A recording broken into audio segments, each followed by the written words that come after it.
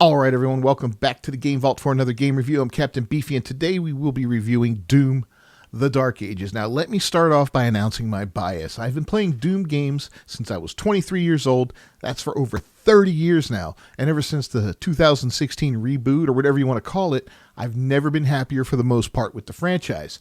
I'll keep this review spoiler free as I always strive to do. Now let's cue up the music and we'll get right to it.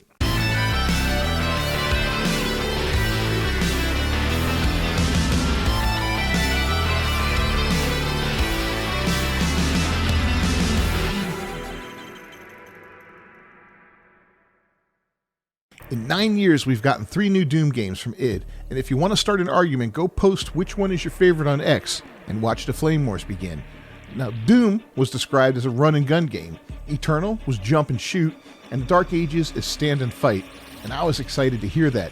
The idea of playing a tanky version of the Doomslayer was highly appealing, and while he does achieve that status later in the game, there's no time that you just stand and fight, because if you do, you die. Now, like every game before it, The Dark Ages requires you to be a little bit light on your feet. The Doomslayer, he's anything but light on his feet. Everything he does in this game is heavy, and there's nothing more satisfying than jumping into a group of enemies and watching them die from the impact you generate. Reloading your gun, walking or sprinting, grabbing key cards, no matter what you do in this game, it's done with gravitas and great physical force, making the Doomslayer feel like a giant amongst men and demons. Now, let's talk about the game. First off, I want to discuss difficulty.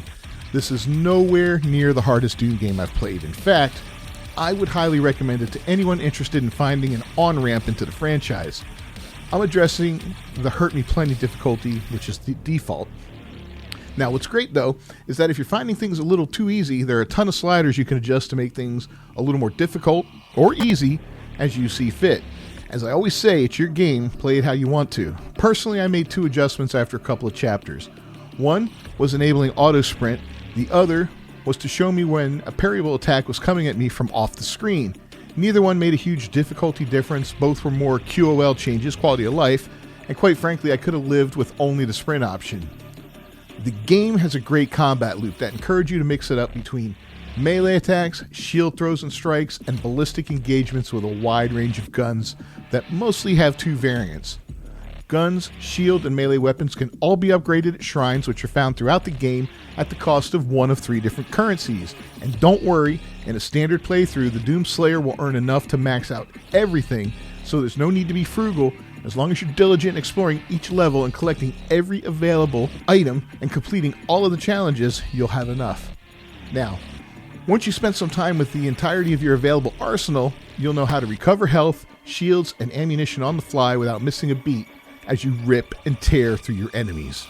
The shield is an amazing addition to the Doomslayer's arsenal, and it is just as fun to throw it like a demon-slaying Captain America as it is to parry an incoming shot back into the face of an enemy and watching it and every demon around it get stunned with electricity when you have the right rune set up.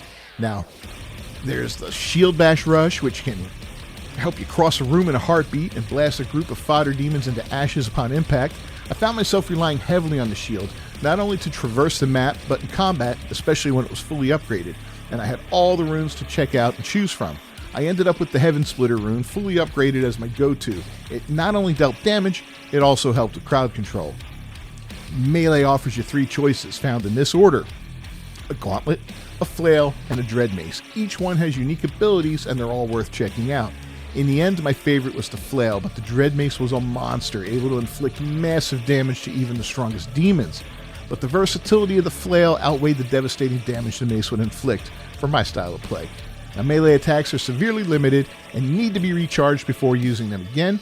3 attacks can be at the ready for the Gauntlet and Flail, whereas the Dread Mace has only 1 unless it's fully maxed out and the right situation has occurred to proc a second attack. Now let's talk about the guns. Oof. The variety of guns is fantastic and the design is incredible. The Dark Ages blends futuristic alien technology with medieval aesthetics into a unique backdrop that completely immerses you in the world that it has created for this game. Classic guns like the Super Shotgun are in the game, as well as its combat variant. There are also rocket and grenade launchers, plasma guns, rail spike guns, and more. But the most original and coolest looking firearm, in my opinion, is the Pulverizer and its variant, the Ravager, which is basically a minigun that grinds up skulls as ammunition. Tell me that's not cool. Then there's the BFC, which you get very late in the game. That's the Ballistic Force Crossbow. What did you think the BF stood for? Anyway, it holds very little ammo, and it's hard to find more to reload it, but it lives up to the legacy BFGs that have come before it as a fun room cleaner with very limited usefulness. And you'll never miss a gun. They all come across during normal gameplay, and each one save the BFC has several upgrades, some that have options that must be selected at the time they're upgraded, but can be changed at any given time with no additional cost in the future, so there's no buyer's remorse to worry about. If you're not happy with your current loadout, you can tinker with it at any time when you pause the game. A couple of the guns, especially when maxed out, can be used to carry you through the game, unfortunately making the rest of your arsenal almost worthless. Despite that, combat in general is a blast, and the whole stand and fight motto is a no-no. You gotta stay mobile or you're gonna end up toasted, but once you find your groove, you'll find yourself dancing around the arenas, parrying incoming attacks, tossing a shield to cut down large groups of fodder enemies, and alternating between blasting away with your super shotgun and smashing skulls with your flail or mace, ripping and tearing your way through 22 levels until you reach the end of the game. But that's not all. The Dark Ages introduces the Doomslayer to some new stuff like controlling a huge mech called an Atlan and riding an armored cybernetic dragon called the Surratt. You only need to do this a handful of times combined throughout the entire game, and I'll be honest about this, while it is a novel change of pace, I think the game would have been better off without those two options. As cool as the Atlan is, the combat's very basic, requiring the Doomslayer to pilot the mech as he dodges attacks and throws punches until he builds up enough firepower for a finishing move type hit. There's the occasional gun the Atlan can briefly use, but it's nothing special. I commend id for trying something new, and even though it's not the strongest part of the game, it doesn't ruin it either. Same thing with the Surratt. Now, the Surratt, or the Dragon, is slightly better because it's far more mobile, allowing the Doomslayer to traverse huge distances in a short amount of time. It's also equipped with wing-mounted guns for combat, but unfortunately those guns are only used against either stationary targets that require you to dodge then shoot, or against fast ships that do not fight back. Instead, they rapidly fly off, and you got to chase them down and shoot them out of the sky to complete an occasional challenge. Other than that, it's kind of fun to visit the occasional area where you must fly from one location to another to complete the chapter, so it's not all bad. There are 22 levels in Doom: The Dark Ages, and each one will take roughly 20 to 60 minutes to complete, depending on how quickly you get through things, how thorough you are at exploration, and how well you handle the combat. The levels vary from fairly linear with some side areas that house secrets to open areas that can take a bit longer to fully explore and complete everything that it has to offer. Almost open world in nature. Now, there isn't as much platforming as there was in Doom Eternal. In fact, there's very little at all. Most of the time you'll find the Doomslayer lumbering around, gun in hand, bashing into secret areas, and even swimming through tunnels from time to time. That was a new one to me. The Slayer travels from his world to hell, to the cosmic realm and back as he makes his way through the game, and this offers players some unique set pieces that I don't ever recall seeing in other Doom games now. The variety kept things interesting, and late in the game, no spoiler, there's an amazing sequence as the Slayer heads back home. Now, each realm is rendered with amazing detail, and I found myself stopping from time to time and just looking around, taking in the distant battles that were the backdrop to my own fight. Huge demons fighting Atlans during the siege sequence, weird cosmic horrors in the cosmic realm drifting by in the murky background, dragons and spaceships locked in dogfights. There was so much cool stuff going on in the background. Every level, save one, had secrets to be found. It might be a weapon skin, a codex, a toy, stacks of gold bars to be spent at the shrine for upgrades, or any combination of the above. Most of the secret areas are fairly easy to locate once you figure out how the developers have designed this game, and it's not too difficult to collect everything on a single run-through, as long as you take your time, check your map. With these varied realms come various enemies, some unique to the Dark Ages, and even though they don't fit the demonic aesthetic, in fact they stand out like sore thumbs against them, they work in the context of the game and help give some of the different regions a bit of a unique touch that kept me on my toes. Now, in addition to the various basic creatures and bosses, there are variants that will pop up as you progress. They're armored, enforcer, leader, and champion variants. Upgrades for armor, health, and various ammo types are locked behind taking down leaders. Most of these will be found during normal gameplay, but there are a couple that are off the beaten path, so be diligent in hunting them down. Many classic enemies return for the Dark Ages, like imps, hell knights, cyber demons, and more. but with like a medieval flair to them. Wait till you see the Cacodemon and the Revenant, man. Those are peak design revisions right there. And in addition, the classic roster, there's some new faces like the Komodo, Cosmic Baron, and more. The game keeps introducing new faces with every level, and the variety never gets stale, so you can never be complacent in the fight, because at any minute something new and terrible could show up and turn the tide of the battle against you. The final few boss fights are especially challenging the first time you face off against them, but a well-armed and fully upgraded Doomslayer should be able to dance his way around the enemies and end up victorious in the end. Let's talk about the story.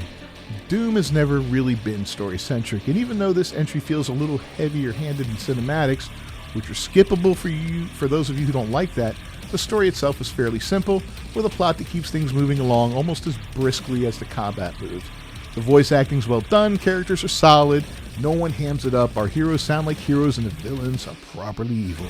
The journey from realm to realm has some jaw-dropping moments with crazy set pieces and an occasional twist that will floor you. And the way the Doomslayer is treated and revered by both his enemies and allies is worth mentioning. Everyone fears him, even those he is protecting, and as you walk through groups of human soldiers, you can hear them whisper in awe at his presence. Pretty awesome. Now, when the main villain himself early on in the game says, "All the power in hell cowering before one man," it really feeds into the legacy of the Slayer and gives you, the player, some really big shoes to fill. Now, let's touch on and gloss over some of the controversies that were surrounding the game. First off, the soundtrack.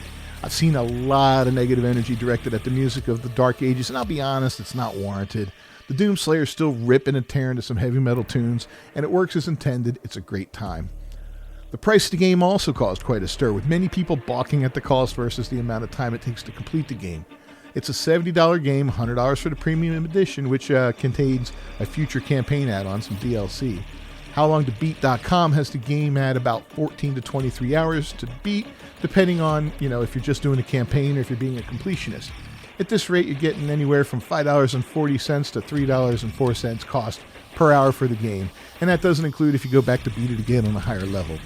I get it. We're seeing a lot of overpriced slop coming from studios lately, but Doom: The Dark Ages isn't that. We can get games with much longer playtimes. Let's say Dragon Age Veilguard, which clocks in at 28 to 78 hours for the same price at release, but quantity does not equate quality, and a solid 20-hour game is much better than a garbage 80-hour game, at least in my book. I play plenty of huge open-world games, and I do enjoy these shorter, tighter adventures that I can finish up in a weekend or two.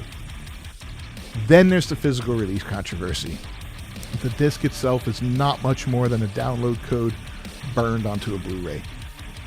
This is a practice I dislike in the industry, and I absolutely understand why this angered so many fans. If you purchase a physical copy of a game, album, or movie, that piece of media should be on the item you purchased. It's inherently dishonest to not have it there. You might as well purchase a digital copy at that point. Now, this doesn't impact the game itself or my review of it, but it's worth mentioning as it is a huge problem that we're going to see crop up more and more within this industry. Overall, Doom: The Dark Ages is a great game, worthy of, I say, an 8.5 in my book. The only things that really had any negative impact on me, and they were minor, were some of the parts involving the Atlan and the Surratt, which would have been better served as more time for the Doomslayer to rip and tear, but I don't fault id for trying something new. Both are really cool concepts and were entertaining to engage with in their own manner. If you're a Doom fan, you should check this game out. It delivers, and it does so with a stomp and a gut punch. If you're curious about this franchise, this is the perfect spot, both narratively and gameplay-wise, to step in and see what the fuss is all about. Thanks so much for dropping by. As always, I'm Captain Beefy with the Game Vault. Please like the video, subscribe to the channel, ring that bell for notifications. I'll see you next time. Until then, peace.